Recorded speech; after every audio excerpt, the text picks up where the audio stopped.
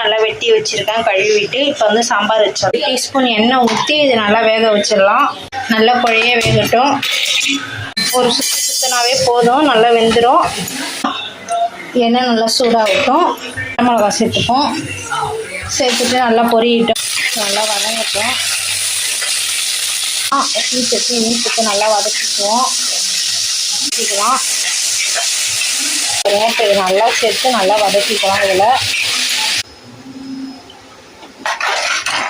அதுக்கு நம்ம ஒரு சின்ன நெல்லிக்காய் சைஸ் புளி ஊற வச்சு இது நல்லா ஒரு 2 நிமிஷம் ஊறத்துக்கு.